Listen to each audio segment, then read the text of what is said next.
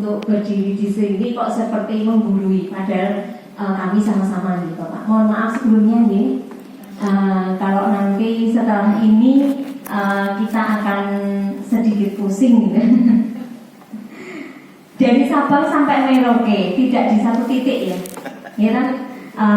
Jadi saya harus melihat ke sana, saya harus melihat ke sini, karena kalau saya melihat sana terus, di sini tidak kelihatan. Kalau saya melihat sini terus, sana dan sini tidak kelihatan. Baik, hari ini kita akan meneruskan materinya Bapak Eko kemarin. Saya diminta untuk menyampaikan capaian pembelajaran. Nah, saya mau bertanya dulu, Bapak Ibu, kemarin pasti sudah diberikan 032, gitu? Kali Pak Eko, gitu? Ini tambah PIL satu lagi, Bapak Ibu. Nanti itu khasiatnya banyak. 032 garis miring H garis miring KR garis miring 2024 adalah apa, Bapak Ibu? Isinya? BKS dulu. Dalam? BKS. J. Keputusan Kepala Badan Standar Kurikulum dan Asesmen Pendidikan. Isinya tentang apa 032 yang sudah dibagikan kemarin? CP anak usia J. dasar. Iya. Capaian pembelajaran pada pendidikan anak usia dini, jenjang pendidikan dasar dan jenjang pendidikan menengah. Ini harus hafal. Nomornya turun 1, tapi tahunnya naik 2. Gitu ya Pak? Kalau yang dulu nomor berapa? turun 1 berarti 033 garis miring H garis miring KR garis miring 2022. Itu adalah CP. CP itu juga sebenarnya sudah mengganti dari 008. Jadi sudah ada berapa kali perubahan? Ada 3. Ini perubahan kedua itu. 008 menjadi 033 menjadi 032. Sing ini ditutup mawon. Tidak kita sampaikan. Itu ambioan. Yang kemarin ambioan CP-CP. sama. Sama Bapak. Yang sekarang jumlahnya 2428 kalau tidak salah ya. Iya. Nah, nanti saya sudah sedikit-sedikit Pak. Mungkin Bapak malah sudah banyak membacanya. Saya sudah sedikit-sedikit membaca dari tampilannya peraturan terkait sama CP ini. Dan saya sudah mencermati yang pelajaran saya, gitu ya. Pelajaran saya itu kebetulan bahasa Indonesia. Begitu turun CP itu saya langsung baca. Apa sih perbedaannya? Turun malam, saya dapat informasi malam itu turun, terus kemudian saya langsung paginya tidak malam juga. Oh ya, ini PR ku tak wocong. Ternyata jumlah halamannya berbeda, letak CP-nya berbeda. Letak CP itu begini. Nek dahulu di 033 itu sudah sampai formal semua selesai. Terus mulai 1726 itu kita CP pemberdayaan terus keterampilan tekan kampung 9 keterampilan. Sekarang tidak. Jadi kita itu ada CP formal, kemudian CP-nya kita pemberdayaan keterampilan. Keterampilannya tetap 9 keterampilan. Kemudian setelah itu pendidikan khusus. Sudah baca belum? Sedikit. Saya juga sedikit Pak. Saya tuh bacanya skimming Pak. Baca semua, tak sandingkan dengan 033. Kemudian saya cermati mapel saya, karena saya mungkin dalam pikir saya belum begitu berkepentingan terkait sama mengajar kalau dengan CP mapel lain. Gitu ya. Dalam arti ini dalam tanda petik loh. Bukan berkepentingan yang lain, tapi berkepentingan dalam hal akan mengajar di mata pelajaran saya. Itu saya hanya membutuhkan membaca CP saya, begitu ya. Baik, ini tadi susu. Jadi saya itu pointernya juga lupaan. Ini saya cuma mengingatkan Bapak Ibu. Kenapa? Bapak Ibu pada posisi yang mana? Yang tahun ajaran besok di mandiri belajar, mandiri berubah, atau mandiri berbagi? Yang pendatangannya surat keputusan kemarin mandiri berubah. Baik, ada yang mandiri berbagi? Belum ya, enggak apa-apa. Belum berani. Jadi ini bedanya ini tipis-tipis kok Mas. Ya, jadi kalau mandiri belajar itu masih menggunakan kurikulum menggunakan mereka. tanpa mengganti kurikulum satuan pendidikan yang sudah diterapkan. Kalau yang mandiri berubah itu sudah mulai membuat, tapi nurun ya oleh. Terus kalau yang berbagi itu semuanya ini hanya mengingatkan, jadi tidak usah dicatat yang ini. Terus saya hanya ingin di tahun ini Bapak Ibu kan besok pagi akan rapatan toh. Nah di rapot Bapak Ibu kan kalau di tempat saya kelas atas itu kelas 6, kelas 9 dan kelas 12 itu masih K13. Sehingga yang saya sajikan di situ prinsipnya tetap sama kurikulum seperti kurikulum merdeka. Jadi kayak ambil KD-nya untuk menuliskan di deskripsi. Bapak Ibu sudah begitu? Sip.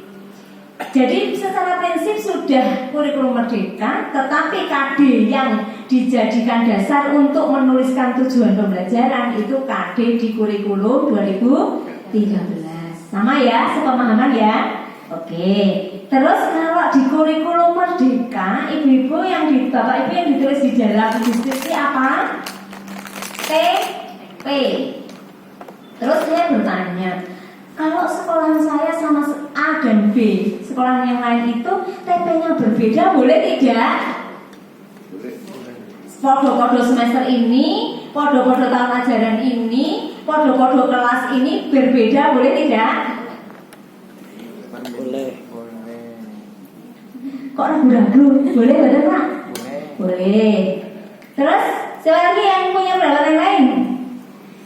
Jadi Bapak Ibu nanti kita akan belajar CP itu begini. CP itu kan capaian pembelajaran satu fase, gitu. Nah satu fase itu ada sing 1 tahun, ada sing 2 tahun, ada sing 3 tahun. Satu fase sing 1 tahun, contohnya fase apa? Betul, hanya kelas 10. Jadi CP kelas 10 mapel semuanya itu harus dicapai di 2 semester. Tentang pembagiannya mau itu dilaksanakan semester 1 atau semester 2 TP itu terserah dengan membuat alur tujuan pembelajaran. Ini yang gitu ya, sama ya. Oke. CP yang fasenya itu ada 3 tahun, ada di mana posisinya? D, betul, yaitu fase D itu kelas 7, 8, 9. Nah, nanti CP itu ditempuhnya 3 tahun, berarti berapa semester? 6. Boleh dibolak-balik tidak ini TP-nya? Prinsipnya apa membolak-baliknya? Ya betul, sudah hafalan loh Pak ini Pak. Dari mudah ke sukar, dari sederhana ke rumit, dari ke kompleks ya. Dari sawah turun ke kali. Dari sawah turun ke kali. Dari mata turun ke hati. Bapak ini berarti orang sastra nih Pak ya. Sastra Inggris luar biasa. Saya belas gendong bahasa Inggris Pak. Orang-orangan Bu. Itu mungkin kesalahan saat dulu saya berpikir begini. Saya sejak SMP itu melihat figur guru saya itu mungkin salah saya Pak. Kok enggak enak toh, rasanya enggak enak diulang itu, enggak tertarik gitu-gitu aja. Nah, terus akhirnya saya tuh enggak mau pelajari. Nah itu kan jelek kalau saya. Sama bukan. Gimana ya? Jadi anaknya enggak tertarik gitu Pak. Jadi guru memang harus menarik. Oh harus menarik ya. Biar disukai murid. Okay. Ini loh produknya yang jadi jelek itu Pak. Tapi kalau yang sekarang ini udah bagus-bagus kan, guru-gurunya sudah sangat prefer, anak-anaknya juga suka. Karena mungkin di zaman saya berbeda dengan di zaman dulu boleh marah, sekarang nggak boleh marah. Nggak boleh marah ya Pak. itu Kalau di pendidikan formal malah bubar semua. itu Kalau reguler. Kalau di PKPM kan guru-gurunya sudah senior. Tapi saya kok cenderung ke sana terus ya Pak ya. Saya tak pindah. Ini masalahnya singkir. Anak diri. Ini juga hanya ya. Nah Bapak Ibu, ini pel yang harus kita telan mentah-mentah. Jadi ini 1 hari 3 kali, pagi, siang, sore resepnya ini. Ada yang antibiotik Pak. Antibiotiknya itu ada di kurikulum 2000 ini. Permendikbudristek 12 2024 ini antibiotik. Jadi Bapak Ibu yang pertama Permendikbud nomor 5 2022 tentang SKL.